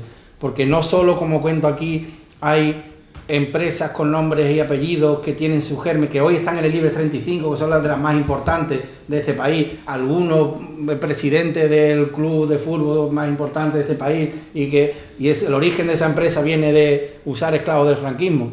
No quiere decir que el presidente de este equipo haya usado esclavos del franquismo, no, el germen de esa empresa, pero nunca siquiera han pedido perdón. Nunca siquiera han dicho, oiga, pues mira, pues sí, lamentamos que esta empresa... Si se abre ese melón, eso va a ser muy, muy difícil por eso, porque se tocaría tantísimas fortunas de este país y en tantísimos pueblos que se robaron tierras, que casas, de todo. A los partidos políticos y a algunos sindicatos sí se les devolvieron en un momento dado. Eso fue una manera también de calmar las aguas. Otra clave que decía era la Iglesia. La Iglesia también es una clave enorme. Es que la Iglesia, lo cuento aquí también, es uno de los pilares del golpe y de la represión. Sí. Del golpe y de la represión. Y monjas. ¿Cuántos curas no tenían listados de la Sí, gente sí, que sí. había que llevarse por delante? Sí. Y luego estudios, por ejemplo, en el Holocausto Español de Paul Preston. A través de unos estudios se llama, no me recuerdo ahora mismo, Antonio, bueno, la cifra de curas y monjas y gente del clero que fueron ejecutadas son 6.832, creo que son. Una ya es mucha, dos, 6.800, son muchas, efectivamente, por supuesto, es horrible que mataran a 6.800. Habría que ver en qué circunstancias y luego, pues, si queremos, comparamos también las cifras, ¿no? Si esas son muchas o no, comparadas con la otra. Ya he comentado antes, por ejemplo, que solo en Sevilla hay el doble de eso. Estamos hablando de 6.800 en todo el país. Entonces esas son varias de las claves. El latrocinio sistemático, el robo sistemático a los vencidos, a los derrotados, la Iglesia y el poder de la Iglesia, y luego hemos hablado de la impunidad que sigue hoy en día, ¿no? Que siguen gozando tantísimos crímenes que no fueron solo en el 36, es que el dictador muere en el año 75 y los crímenes continúan. Y hemos visto en la tele hace unos días a Billy el niño paseando tranquilamente. Hoy, por cierto, ha admitido por primera vez una querella un juzgado de Madrid. Por primera vez admite una querella contra Billy el niño y otros 5 miembros de la Brigada Político-Social por tortura sistemática como crimen de lesa humanidad. Porque claro, aquí los jueces españoles se lavan las manos con la ley de amnistía por un lado y por el otro lado por la teórica prescripción de los delitos. Claro, los delitos prescriben si no son tomados como crímenes contra la humanidad, esos no prescriben. Y esta jueza de Madrid, no sé si juzgado número 49, no sé, ahora mismo exactamente, ha admitido a trámite la querella. Ahora veremos el paso siguiente, veremos la llamada de la Fiscalía y a ver qué ocurre con esta jueza. Pero bueno, por lo pronto ya se ha tomado, ya ha admitido a trámite la querella y es la primera vez. Yo, como dije antes, he hablado con muchos de ellos. Me acuerdo ahora mismo de Cuchi, de Rosa Alcón, una niña de 18 años, a la que Billy el niño somete a torturas en Madrid durante días. Sí. Durante días, y tenía 18 años, le cambia la vida, iba a estudiar medicina, se tiene que ir de Madrid. Y yo por suerte conozco a esta mujer. O el robo sistemático de bebés, que se establece, que eso comienza en la guerra. Ya hay niños que le quitan a las rojas, pero eso se convierte en una empresa. Se convierte en un robo sistemático hecho por las monjas, por los médicos, tal, y llega, en algunos casos, hasta los años 90. Me escribía, lo he rescatado antes cuando hablábamos, una madre que busca a su hijo, ¿vale? Robado. Una madre de bebé robado. Y me escribe el otro día: vengo de la concentración en Sol de todos los primeros de mes por bebés robados. Hacen todos los primeros de mes una concentración en Sol, en Madrid. De camino pasé por la Casa del Libro y voy en el bus bebiendo literalmente tu último libro. Mi comprensible curiosidad me hizo ir a la página 131 y leo mi caso. Seguiré agradeciéndolas 1000 veces tus palabras hechas públicas de estas canallas acciones del franquismo. Alguna cosa ha cambiado, tal, me cuenta un poco los últimos avances de su caso y termina diciendo: seguiremos, porque a las madres que se les hizo este crimen no pueden parar de reclamar justicia, además de verdad, reparación y no repetición. Un gran abrazo.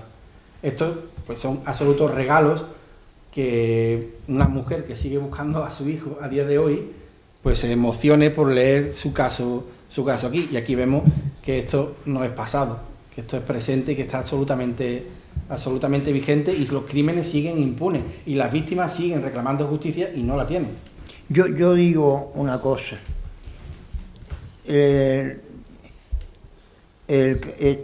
La corona en España, por referéndum o por votación, se fue de España.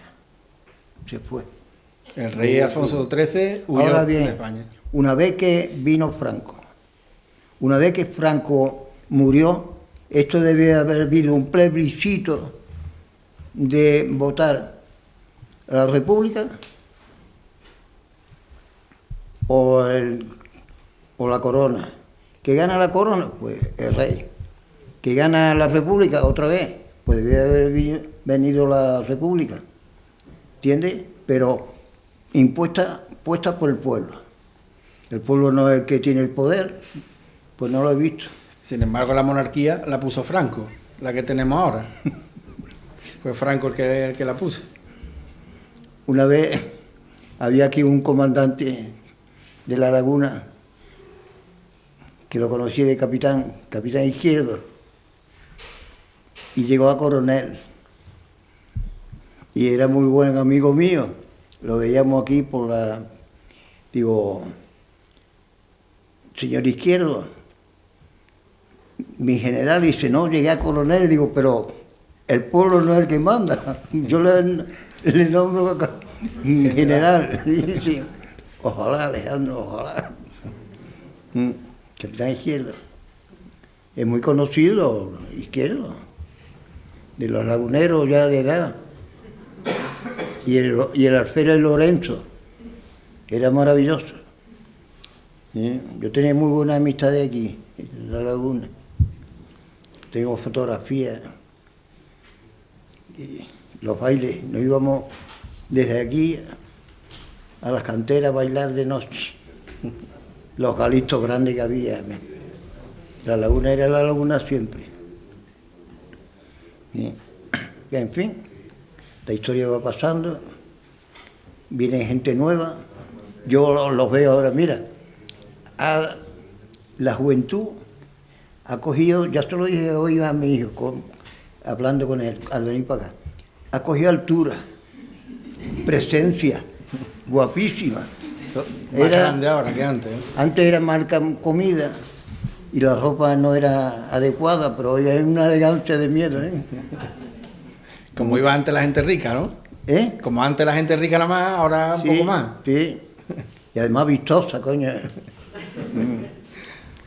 Yo los veía a los pobres trabajando los tomateros y se veía los ojitos nada más para no ponerse negra. Se pasaba mucho, mucha hambre y mucha injusticia. Y las chicas venían a servir las casas de Tejina y Teguesto y todo eso aquí, la gente rica. No había otra cosa. Las madres estaban deseando quitarse una boca de comida de la casa, metiéndola para servir aquí. Una vez, no, eso fue en Melilla. Una vez en Melilla fue, porque como yo estaba navegando los barcos de la Cesa, iba mucho a Ceuta, Melilla y tal, y toda la parte de Andalucía. Había una madre vendiendo a 2 hijas, jovencitas, 14, 15 años la criaturita, con una cara de pena y de hambre. Y estábamos unos cuantos marinos allí, compañeros, en una plaza y tal, y venía, ¿a quieren comprar? ¿Cuánto me dan? Y dijo uno, no compren, que si no viene el padre, la madre, y los hijos, y bueno, esto era, qué vida aquella, muchacho. Ha comido yo hasta el campo. Ya. En fin, todo pasaba. Lo que no quiero es que se olvide de un señor, don Francisco García Talavera, de Santa Cruz de Tenerife. Ese fue un mártir también. Le quitaron los títulos de capitán y le quitaron tal porque era masón. Y que no nos olvidemos de lo que pasó para que no se repita. Sí, no se lo olvida. Y mi hijo la conoció, mi hijo Álvaro conoció a don Francisco. Ya. Yo no sé si hay alguien más que quiera intervenir. Me gustaría decir una cosa que sobre lo que decía César del materialismo. Si yo no recuerdo haber leído mal, la primera ley, la ley de reforma parlamentaria de 76-77, se aprueba con los cauces legales que hay, que son las leyes fundamentales del movimiento. O sea que continuidad total, que son las que permiten la primera votación, después se forma el Parlamento y ya después la Constitución. Y hay leyes ahí todavía con la expropiación forzosa, que es del 54, o sea, que el ordenamiento jurídico. Y nada, solo decir que mi familia, yo soy de Ubrique, y mi familia, la familia de mi madre era de Jimena, que está cerca de Algeciras, Y mi abuela y sus hermanos también se tuvieron que ir de Jimena hasta Málaga andando, ¿no? Lo contaban, bueno, eran 12 hermanos y andando y un desastre todo. Y por allí después vivieron en la Sauceda, que es una zona que está entre Jimena y Ubrique. Y hace nada, meses, ¿no? Yo iba allí con mi tío y una ladera me decía, ayer hemos hecho un cementerio pequeño de republicanos. Y hay una fosa enfrente del cementerio que estaban excavando, que es el Cerro de Marrufo, me parece que se llama. Y en la ladera me decían, mira, una fosa, y era fosa, gente enterrada, ¿no? Tumba, de piedras, claro, no tenían lápidas ni nada, de gente que habían liquidado. Y me decía que él recordaba jugar allí con 5 años, esto en los 50, y jugar con carabelas al fútbol, ¿no? Sí, de hecho eso, la ley de amnistía del 77 es preconstitucional y es lo que se siguen basando los jueces hoy en día para lavarse las manos. Y sí, el caso que decía del Marrufo, efectivamente, allí se abrió hace unos años. Allí también hubo, bueno, un caso, aquel caso fue bastante terrorífico, cómo llevaban a la gente allí, muchas mujeres, niños, y cómo acabaron matando a la gente allí, enterrándolas allí mismo. Y efectivamente se abrió, aquello se abrió hace unos años, y además en aquel momento no había financiación, y entre una de las víctimas había el dueño de una conocida marca de relojes, y como no había financiación, la Junta de Andalucía de aquel momento no tenía, y esta persona dio una donación de dinero con el que se hizo la intervención arqueológica, se sacaron mucha gente de allí, y con el dinero que sobró incluso se abrió en la Sauceda una casa de la memoria, una casa museo de la memoria que sigue estando allí y que es un ejemplo de lo que la sociedad civil puede hacer. Es el pequeño cementerio que hicieron enfrente. Allí, eso está allí en lo que es el Marrufo y eso, ¿sí? Y bueno, en toda esa zona de Cádiz pues he estado en varias fosas, una de ellas, por ejemplo, la de Puerto Real, que había gente de toda la bahía gaditana. Se sacaron casi 200 personas, la segunda mayor fosa exhumada en Andalucía, la mayor que se suma en Andalucía, que es la mayor de España, es la del cementerio de San Rafael en Málaga, que se sacaron 2.840 cuerpos.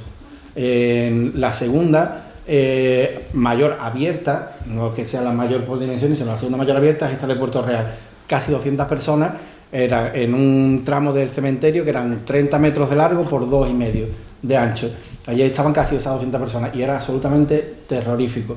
Las imágenes eran montoneras de cuerpos, de huesos tirados, y era ese otro sitio donde no había guerra, toda la zona esta de Cádiz. Allí he vivido imágenes terroríficas, de verdadero terror, de volver a mi casa roto algunas veces y hartarme de llorar, y en esa zona de Cádiz que hubo una represión brutal y sin que hubiera guerra. Entonces, lo normal era quien podía que huyera, claro.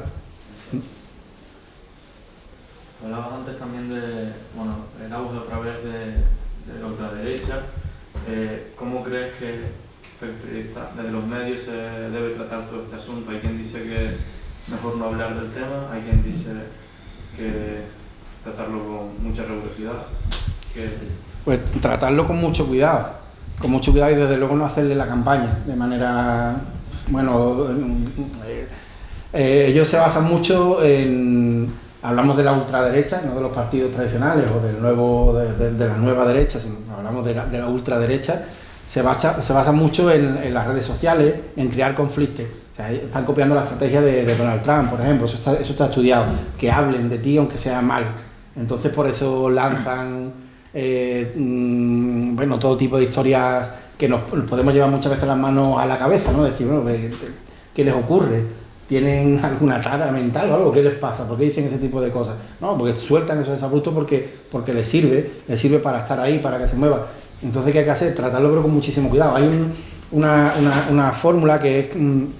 Si tú estás hablando con alguien, ¿vale? Y estás hablando con alguien, estás contando algo y de repente le dices, no pienses en un elefante.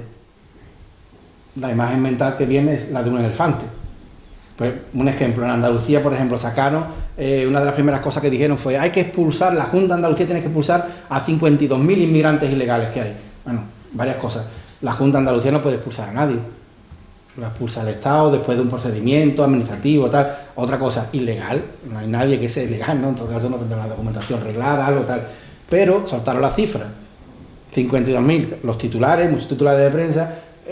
Vox, no me gusta ni pronunciar el nombre por esto que decíamos, ¿no? Porque es como hacerle el juego. Pero bueno, Vox dice que hay que expulsar 52.000 inmigrantes ilegales de Andalucía. Al día siguiente, a los 2 días, tú preguntas en la calle, le preguntas a alguien, oye, ¿cuántos inmigrantes ilegales hay en Andalucía? Ah, pues espérate, sí, lo escuché el otro día. 52.000 o 50.000, el elefante. Entonces hay que tener mucho cuidado con cómo contamos las cosas que dicen, porque muchas veces lo hacen de esa manera. Es su juego, es soltar, iba a decir toda la mierda que puedan, pero es que es así. Y mucha responsabilidad y con mucho cuidado, pero es que después hay que contarlo. Es que ya están ahí. Y que no sean las mentiras. ¿Cómo? Y hacer explícitas las mentiras. Claro, efectivamente. Efectivamente. Esto que dicen estos señores es falso. Exacto. Si yo pongo en un titular, Vox pide expulsar a 52.000 inmigrantes ilegales de Andalucía, estoy cometiendo un error. Primero, pues como decía, no hay nadie ilegal, nadie es ilegal, una persona no puede ser ilegal, y segundo, no hay 52.000. ¿Eso qué es? ¿Eso dónde está? Entonces eso es hacerle el juego, claro. Explicitar las mentiras y contarlas, porque es que además tiene un discurso pues muy peligroso, pues es que es así. Yo a mí me gustaría acabar con hacerte una pregunta.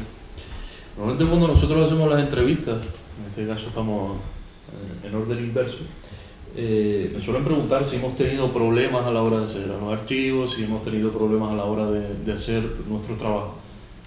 Por hacer este tipo de trabajo, por hacer este libro, ¿has encontrado problemas? ¿Has tenido problemas? ¿Te has visto con algún tipo de cortapice a la hora de desarrollar tu labor? Bueno, sí. Esa sonrisa. Sí, porque te lo puedes encontrar, pues, bueno, en la calle, en gente conocida incluso. El otro día abandoné un grupo de mensajería instantánea con mis amigos de toda la vida, porque uno me decía que por qué no lo podía respetar por ser admirador de Franco. Y yo le decía que no, que eso no es una idea, que al fascismo no se le respeta, se le combate. Entonces yo, como los demás voy a seguir teniendo contacto, pues pero mi pueblo es un poco especial. El equipo de fútbol se sigue llamando a día de hoy Villafranco, club de fútbol. Entonces, y claro, eso no quiere decir que la gente sea fascista allí, ¿no? Yo eso lo saqué una vez un reportaje, saqué eso y había gente literalmente que me quería ver, literalmente. Y después hubo mucha gente que me decía, oye, pues yo no me había dado cuenta de eso. Lo tienen tan asumido que es como, ostras, es verdad, que esto era por Franco. Bueno, desde eso hasta mensajes en redes sociales y demás, pues imagínate, pues sí, llegan mucho, sobre todo en estos últimos días, cada vez que a lo mejor salió en la tele o lo que sea, pues ahí atacan, y además son perfiles que se definen absolutamente de extrema derecha.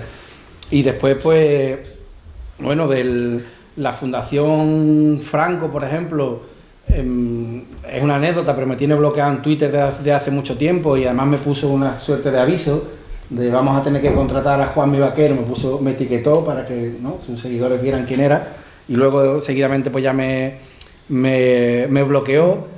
Y no sé si con el capítulo yo el otro día con el juez Garzón en Madrid me preguntaba tal y le dije, mira, digo, yo espero que si lo compran en la Fundación Franco se aburran antes de llegar al capítulo de la fortuna corrupta de Franco, porque el otro día pusieron una denuncia a un programa, creo que no sé si de 4 de la Sexta, habían sacado un programa sobre la fortuna de la Sexta era, y han puesto una denuncia a la familia Franco porque han contado de dónde viene la fortuna, el Pazo de Meirás, entonces lo harán, no lo sé, pero yo después de estas Navidades conseguí las memorias económicas de todas las fundaciones fascistas.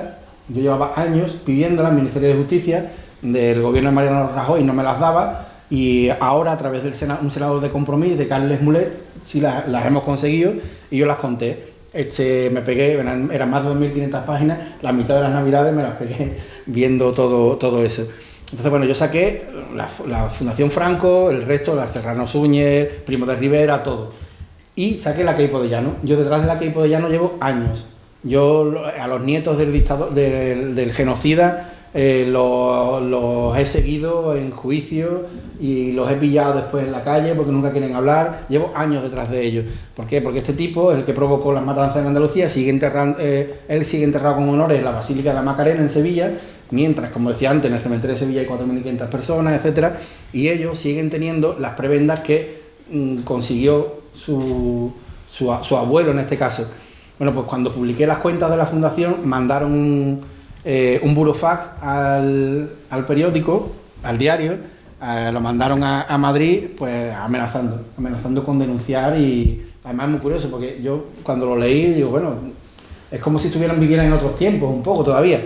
Amenazan por contar algo que es público, su memoria económica, y después una de las cosas que más le molestaba era que yo le nombraba en el reportaje, nombraba al ex general Gonzalo Queipo de Llano y Serra, lo nombraba como criminal de guerra, genocida, fascista, y eso ellos decían que me iban a denunciar por eso, cuando eso realmente no es ni siquiera un calificativo, es una aseveración histórica. Y bueno, pues la verdad es que sí, hay dificultades, como tú sabes también, y dificultades en el día a día que pueden venir desde lo más cercano, amistades, en este caso lo pongo entre comillas, hasta gente que amenace todavía con ponerte denuncias por contar cosas que están ahí, hasta por ejemplo llamar puertas de archivos y demás y que no se abran, que siguen cerradas todavía. Por lo dicho, vamos llegando al momento final del acto. Agradecerles a todos ustedes la presencia hoy aquí en el Instituto de Estudios Canarios y recordar, como hacíamos al principio, que este acto no sería posible sin Roca Editorial, que hoy nos ha permitido tener aquí a Juan Miguel Vaquero presentando El país de la desmemoria, del genocidio franquista al silencio interminable, a la librería Gapea, que como también decía, ustedes podrán adquirir el libro, y como acaba de decir Juan Miguel, bueno, el autor se lo firmarán gustosamente además, al Instituto de Estudios Canarios, al Empaquetado Televisión. Y yo creo que en días como este, en noches como estas, cuando uno pues yo creo que gratifica todo el trabajo y todas esas cosas que tú acabas de decir, que a veces el resto no ve, todas esas pullitas que tienes por el camino y demás. Y sobre todo con una frase que también decía Alejandro ahora y que Juan Miguel incluye en el libro, que es que la mayor garantía de no repetición del pasado de terror reside en divulgar la verdad. Grata y gran responsabilidad tenemos quienes vivieron aquellos años en seguir transmitiéndolo, quienes tenemos ahora en un aula que afrontar algunos de esos problemas y sobre todo como sociedad de asumir que esa memoria, que esa historia, que ese pasado forma parte de todos nosotros, no solo de aquellos que lo vivieron, sino que todos tenemos que tener un compromiso con algo que es la verdad y no la manipulación a la que estamos asistiendo estos días con muchos, ya no hechos presentes, sino cómo se está manipulando nuestra historia. Así que lo dicho, muchas gracias, nos vemos pronto, y a Juan Miguel Vaquero y a Alejandro Torres vamos a agradecerle su presencia, su testimonio, y este país de desmemoria que tome ejemplo, que tome recuerdo, que tome memoria de todo el trabajo y de todo el testimonio que nos ha brindado. Muchas gracias. Muchísimas gracias. Muchas gracias.